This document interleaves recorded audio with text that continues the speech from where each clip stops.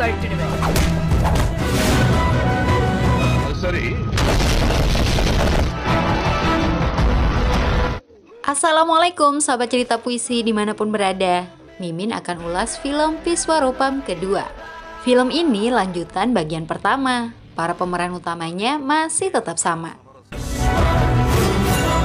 Mimin colek dulu para penonton yang namanya berakhiran A seperti akun Sinta Zainanda, Hanan Ganista, Nurul Huda, Aril Syaputra, Aris Siza, Naya TPA, Daila Sabila, Naila Seviana, Rustam Putra, Sekri Lydia, Papa Sheila, Radit Kaputra, Iren Amira, Cantik Elsa, Linda Purnama, dan semuanya di seluruh penjuru dunia. Semoga kita selalu bahagia, sejahtera, dan sentosa. Dalam Viswaropam bagian pertama, agen RAW India, Wissam Ahmad Kashmiri bersama FBI berhasil menggagalkan serangan teror di kota New York. Namun salah seorang tim mereka, Dawkins asal Inggris, terbunuh, sedangkan Umar dan Salim kabur melarikan diri. Kini Wissam dan timnya harus ke Inggris untuk melakukan ritual terakhir Dawkins. Nirupama selaku istri Wissam juga ikut. Kedekatan Wissam dengan Asmita membuat Nirupama cemburu. Tapi Wissam tidak ingin membicarakan hal itu. Sebenarnya Wissam pertama kali bertemu Asmita saat di Angkatan Darat. Asmita adalah perwira wanita yang masih muda, energik, dan pemberani. Karena itulah Asmita dipilih untuk bergabung dalam misi. Wissam melatih Asmita dengan baik. Wissam sendiri dipercaya melakukan misi karena ayahnya orang Pakistan. Dia juga beragama Islam, sehingga akan lebih mudah diterima dan beradaptasi untuk menyusup ke organisasi Al-Qaeda. Misi dimulai dengan Wissam dan Asmita menciptakan kesan mereka memiliki hubungan asmara. Hal itu dilarang, sehingga pengadilan militer menjatuhkan hukuman penjara kepada Wissam selama 10 tahun. Selanjutnya, Wissam seolah-olah melarikan diri dari penjara sesuai arahan Kolonel Jagannathan. Wissam diumumkan berstatus buronan India. Cerita Wissam disebar sebagai pejuang kemerdekaan Kashmir. Itulah yang membuat Wissam sangat mudah masuk kelompok Al-Qaeda. Wissam tidak sendiri dalam misi berbahaya itu. Ada juga rekannya Rai yang menyamar sebagai Imtiaz. Mereka selalu melaporkan semua informasi yang didapat kepada Jagannathan secara diam-diam. Termasuk ketika Osama bin Laden akan datang, Wissam yang membocorkan informasi itu. Gerak-gerik Wissam mulai dicurigai beberapa orang pasca kematian Taufik. Awalnya Umar yang telah naik jabatan di Al-Qaeda tidak percaya jika sahabatnya pengkhianat. Umar kemudian ingin membuktikan dengan memberikan informasi palsu kepada Wissam tentang kedatangan Osama bin Laden. Wissam tertipu dan masuk jebakan. Pasukan Amerika sudah siap menangkap Osama, padahal Osama tidak akan datang. Wissam tertangkap basah menyalakan alat pendeteksi lokasi. Umar sangat kecewa dengan Wissam. Anak dan istri Umar telah meninggal akibat pengkhianatan itu. Imtiaz yang membantu Wissam dibunuh terlebih dahulu. Umar juga menembak Wissam. Untung saja Wissam berhasil dibawa kabur oleh tentara Amerika, sehingga nyawanya bisa diselamatkan.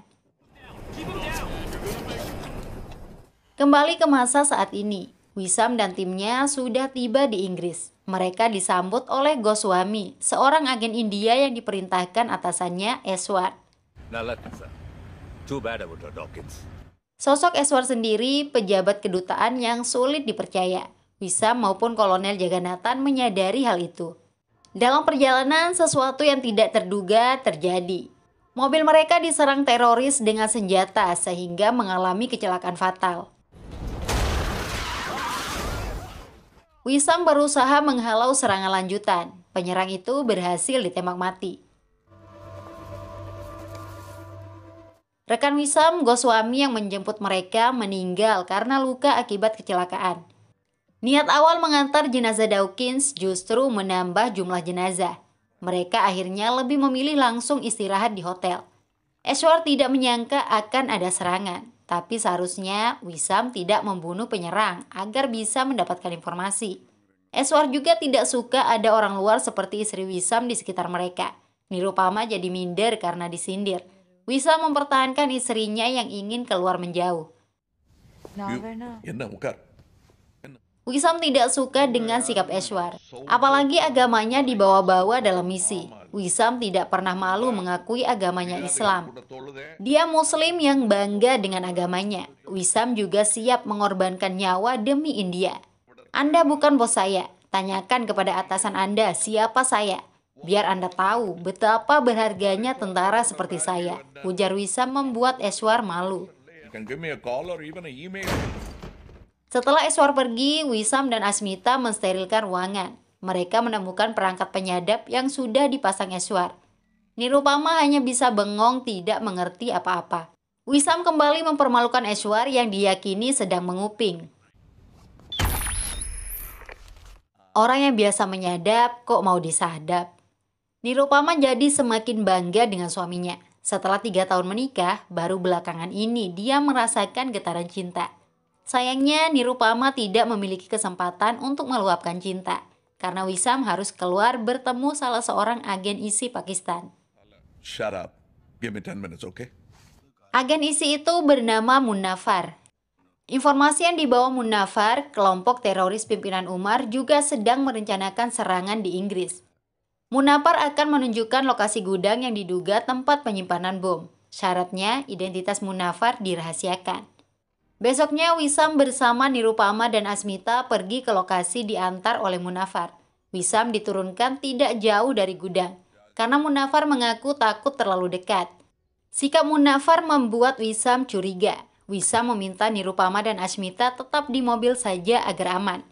Setelah sampai gudang, Wisam menerima telepon dari Eswar. Eswar menawarkan mengirim beberapa orang untuk membantu, tapi Wisam menolak tawaran itu. Wisam masuk dan meyakini sudah ada bom rakitan di sana. Eswar terus saja berbicara di telepon. Cara Eswar benar-benar membuat Wisam curiga. Dia kemudian berpura-pura terjebak di dalam gudang dan tidak bisa keluar. Saat itulah Eswar mengirim pesan ke seseorang. Lalu tiba-tiba gudang itu meledak. Untung saja Wisam sudah di luar saat ledakan terjadi. Firasat Wisam tidak meleset. Ternyata rencana Eswar memang untuk membunuh Wisam. Eswar memerintahkan Munnafar untuk membunuh Nirupama dan Asmita juga, karena Wisam sudah dipastikan tewas. Wisam menelpon Nirupama menanyakan kondisinya. Munnafar jadi tahu jika Wisam masih hidup. Hal itu diinformasikan kepada Eswar. Munnafar sendiri kabur melarikan diri. Mr. Munawar! Mr. Munawar, where are you? Selanjutnya Wisam menghubungi Eswar, tapi tidak berani diangkat. Melalui pesan suara, Wisam bersumpah akan membunuh Eswar si pengkhianat. Wisam segera memberitahu Kolonel Jagannathan agar berhati-hati dengan Eswar. Jagannathan jadi marah dan ingin menangkap Eswar. Naasnya, Eswar lebih memilih bunuh diri daripada ditangkap sebagai pengkhianat. Eswar rupanya bekerja untuk kelompok teroris Umar. Untuk mendapatkan petunjuk, Wisam dan tim menyelidiki mobil yang ditinggalkan Munnafar.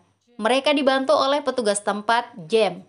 Sebuah buku ditemukan yang bisa dijadikan petunjuk. Ada pula bukti jika kelompok teroris beraktivitas di kota Sheerness. Mereka langsung pergi ke Sheerness. Di dalam buku yang ditemukan, tertulis adanya 1.500 ton bahan peledak yang dikirim oleh Amerika selama Perang Dunia Kedua ke Sheerness. Namun kapal itu tenggelam karena ditembak pasukan Hitler.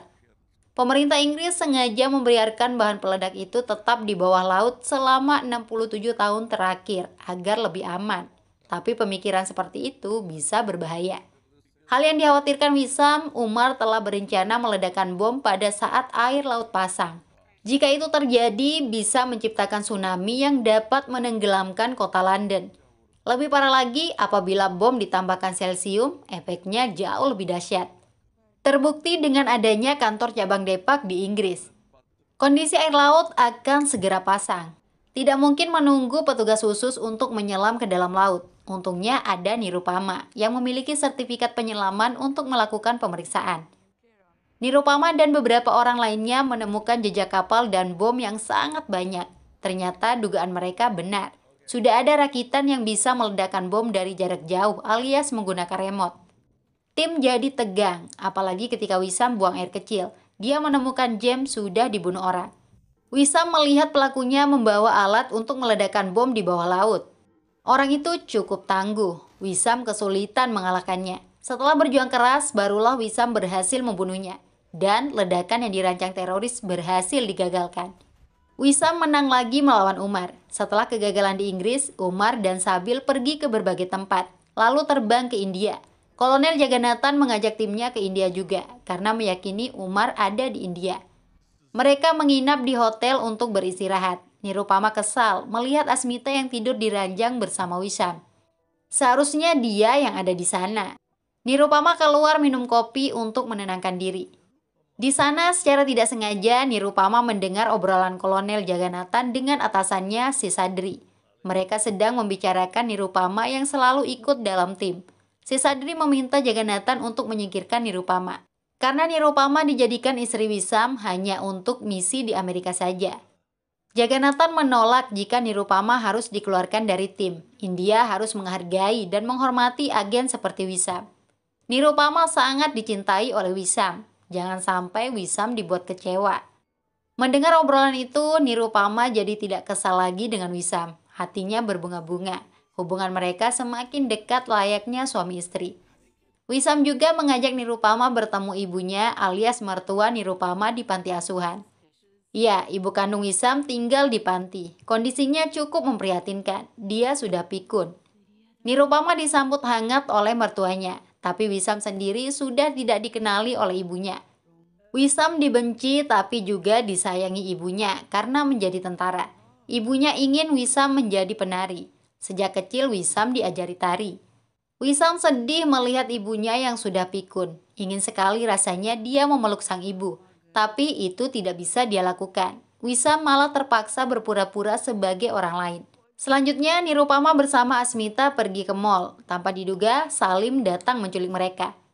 Asmita tidak bisa berbuat apa-apa karena Nirupama dibawa todongan senjata. Di dalam mobil, Asmita memberikan perlawanan. Dia seorang tentara, sangat mudah baginya mengalahkan Salim dan anak buahnya. Tapi lagi-lagi Nirupama ditodongkan senjata. Asmita terpaksa mengalah demi menyelamatkan nyawa Nirupama. Wisam yang tidak tahu apa-apa didatangi oleh Munafar. Wisam ingin membunuh orang yang telah menipunya itu saat di Inggris. Munafar sesumbar Nirupama tidak akan bisa ditemukan jika dirinya mati. Kedatangan Munafar untuk membawakan hadiah dari Umar. Hadiah yang dikirim untuk Wisam itu sangat mengejutkan dan menyesakkan dada. Hadiah itu adalah potongan mayat Asmita. Sungguh kekejian tiada tara. Belum sempat Wisam berduka cita, Umar menelpon. Wisam diancam harus datang jika ingin istrinya selamat. Nirupama sudah berada di genggaman Umar. Wisam datang ke lokasi. Belum apa-apa, dia sudah dipukul dari belakang hingga pingsan. Setelah terbangun, Wisam menemukan dirinya sudah terikat. "Tolong lepaskan Nirupama. Ini pertarungan antara kita," ucap Wisam memohon. Umar tidak peduli dengan permintaan itu. Semua keluarganya juga terbunuh meski tidak bersalah. Umar menyuruh Salim membawa Nirupama ke tempat lain. Setengah jam lagi Nirupama harus dibunuh bersama ibu Wisam yang juga sudah diculik.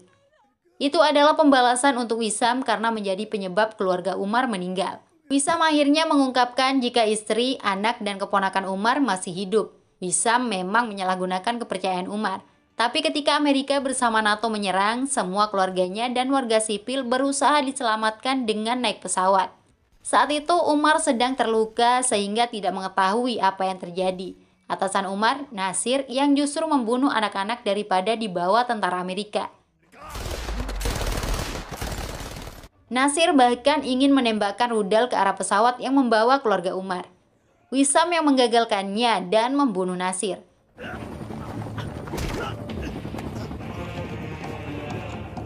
Cerita itu tidak dipercayai oleh Umar. Wisam harus tetap mati.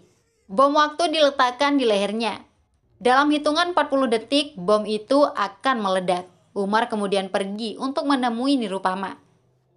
Nirupama disandra bersama mertuanya atau ibu Wisam. Mereka bisa mendengar ada suara ledakan dari tempat Wisam berada. Salim jadi bahagia dan puas melihatnya. Nirupama hanya bisa menangis karena Wisam sudah meninggal. Sementara ibu Wisam yang sudah pikun tidak mengerti apa yang sebenarnya terjadi. Dia tetap saja santai, padahal sebentar lagi nyawanya juga akan dicabut. Salim menyebut kematian Wisam bukan akhir segalanya. Mereka telah memasang 64 bom di tempat berbeda. Semua bom akan diledakkan hanya dengan satu pesan saja ke 64 anak buahnya. Salim begitu sesumbar dan di atas angin. Tiba-tiba orang yang dianggap sudah meninggal datang melalui jendela. Wisam menghajar Salim beserta anak buahnya. Cukup mudah bagi Wisam mengalahkan mereka. Setelah Salim sekarat, Wisam memberitahu bagaimana dia selamat meski ada ledakan.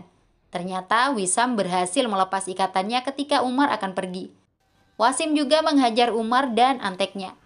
Pertarungan itu membuat Umar terluka parah, dia dilahap api. Sedangkan bom di leher Wisam dibuang ke tempat yang menyebabkan ledakannya tidak membahayakan. Mendengar fakta itu, Salim mengembuskan napas terakhir dengan wajah kesedihan. Dia patah hati. Wisam kemudian bergerak cepat meminta bantuan untuk menghentikan ancaman ledakan 64 bom. Wisam menang lagi dan Umar kalah lagi. Umar dirawat di rumah sakit akibat luka bakar. Wisam membawa anak, istri, dan keponakan Umar. Wisam merahasiakan keberadaan mereka selama ini agar Umar tidak merusak masa depan keluarganya sendiri. Saat ini, anak dan keponakan Umar menempuh pendidikan dengan baik. Jika Umar tahu mereka masih hidup, pasti akan dijadikan teroris juga.